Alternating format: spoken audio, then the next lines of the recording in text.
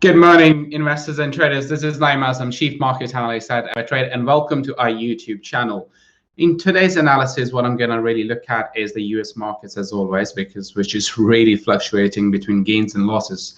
The reason that I'm saying that, we started the day in slightly negative territory when it comes to US futures, but then they moved back in positive territory and now back in negative territory, but with a very small margin, which is by 20 points, so which is less than 0.1% in terms of a percentage.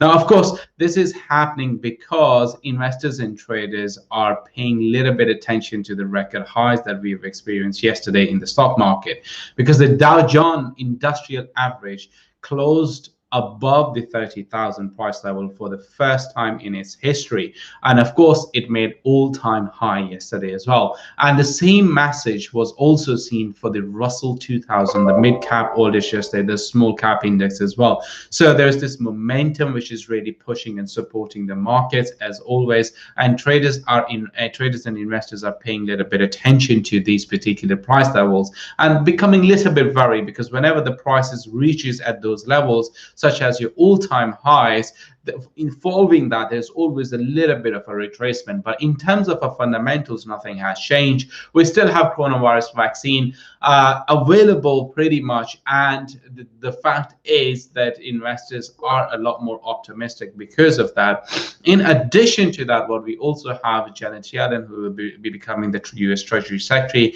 Investors and traders are still very much optimistic about that outcome, but in the short term, yes, there are genuine concerns about the slowdown in the US economy, and that is keeping traders a little bit cautious with respect to that. But overall, the landscape is improving quite a lot, and then this is very, very positive.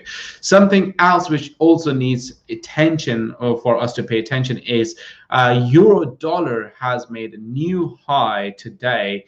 It has, in fact, it is sitting at the highest level pretty much for the last 3 months or so, because right now it is trading at 1.19, which is quite big, and that is primarily because of the weakness in the dollar index, because we are also seeing surge in sterling as well, which is sitting at 1.33 against the dollar. So again, the momentum is primarily because of the weakness in the dollar rather than the momentum in the euro or sterling. All right, that's all for today, and I'll see you guys next time.